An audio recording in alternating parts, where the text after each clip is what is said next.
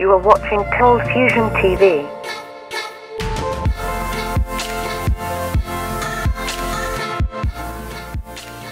Hi, welcome to another ColdFusion video.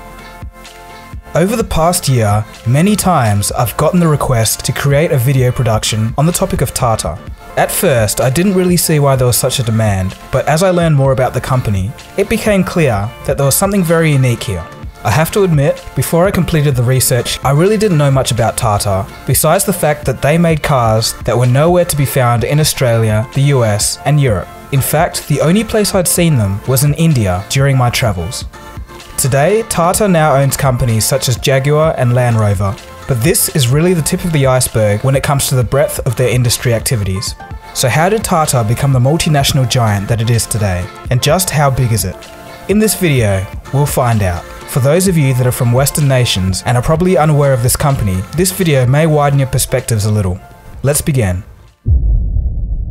As far as modern day companies go, TATA is a very old company, older than the automobile, powered flight, and household electricity. The company was founded way back in 1868 by Jamsetji Nasrwanji Tata. In retrospect, after Tata's success, some have hailed J. Tata as one of the founders of modern India. Born in 1839, J. Tata's first professional role was working in his father's banking firm outside of Mumbai, India, coincidentally where I was born.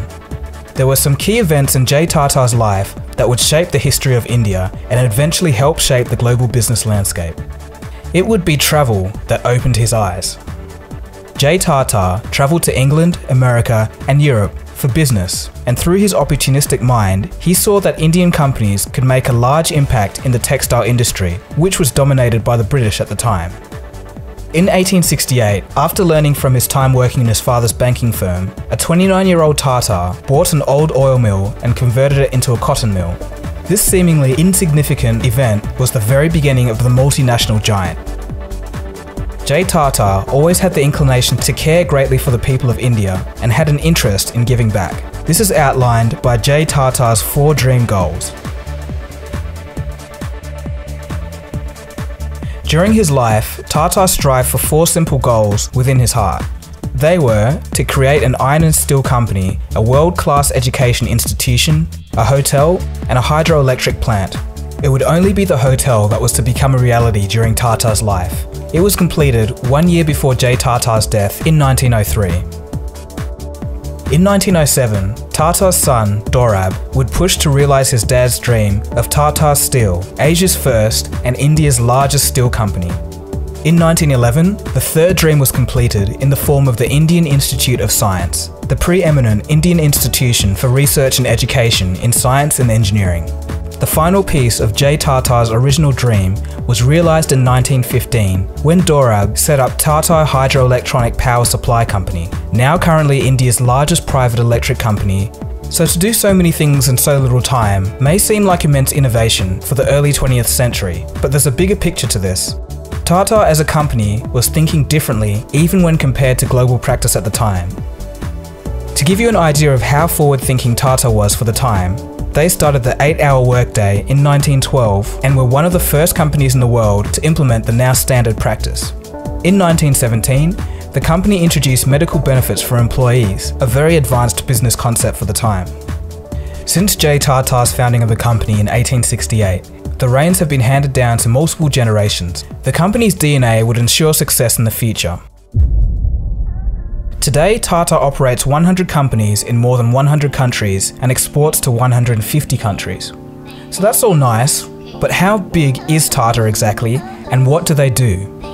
Well, in 2014, the company made $103.27 billion in revenue, in which 67% came from business outside of India. The Tata companies employ more than 581,000 people worldwide. That's more than Samsung Group, by the way. Tata is ranked 34th among the top 500 most valuable global brands according to Brand Finance's Global 500 2014 report.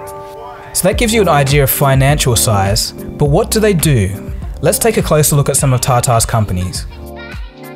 We've got Tata Steel, Tata Motors, consultancy services, chemicals, global beverages, teleservices, communications and Indian hotels, Tata Ceramics, power, Tata Starbucks, Tata Industry, Tata Sky, landmark bookstores, and the list goes on.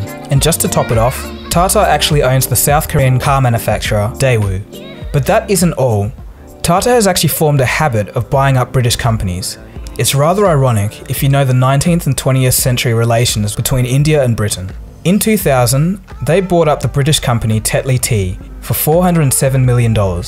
And then next, there was Jaguar and Land Rover in 2008 after the GFC for $2.3 billion. It's quite an interesting story. In 1999, Ratan Tata and his team were humiliated when they went to sell Tata's motor division to Ford due to a poor response after a launch of a hatchback, which happened to be Tata's first passenger car. The American Ford officials showed interest in taking over the company, but did so in a harsh manner. They told Tata, "You do not know anything. Why did you start a passenger car division at all?" They said they'll do Tata a favour by buying the car division. But as it turns out, the deal didn't end up going through between Tata and Ford. At the time, Ford owned Jaguar and Land Rover and couldn't really work out how to get the cars to sell. By 2008, things had gotten so bad that Ford had to sell Jaguar and Land Rover to the very company they had said a few years earlier were useless.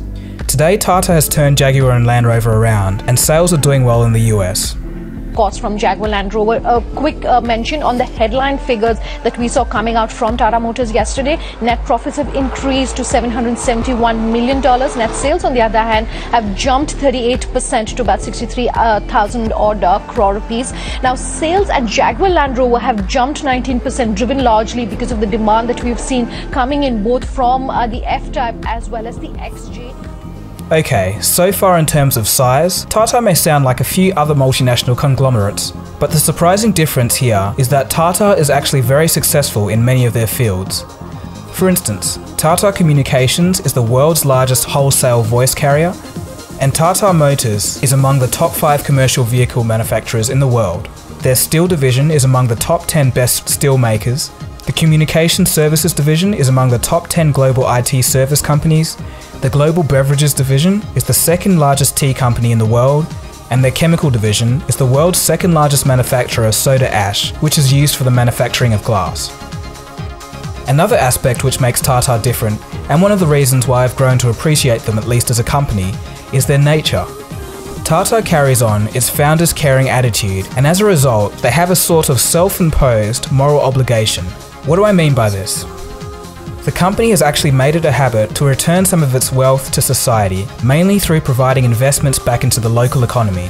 This is not only true within India, but in many countries around the globe. Tata is also very active in philanthropy. Through its trusts, the company gives back in areas of medical research, technology, science, education, social welfare, and healthcare.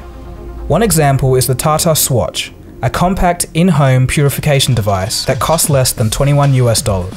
The idea of the Tata Swatch came to being from the 2004 tsunami, which left thousands of people without clean drinking water. The device has filters that last about 1 year for a family of 5. The advantage of this device is that it does not require any electricity and is very low cost. Due to activities like this, in 2009, the Tata Group was ranked number 11 in the world's top 100 reputable companies by Forbes magazine. So there you have it. A true multinational conglomerate with a bit of difference. All in all, it's amazing that just one man could leave a legacy that has lasted over a century. Let's finish off with a quote from J. Tata himself. "In a free enterprise, the community is not just another stakeholder in the business, but in fact, the very existence of it." What he said rings as true today as it did over 100 years ago. Companies really need to listen to their communities and users.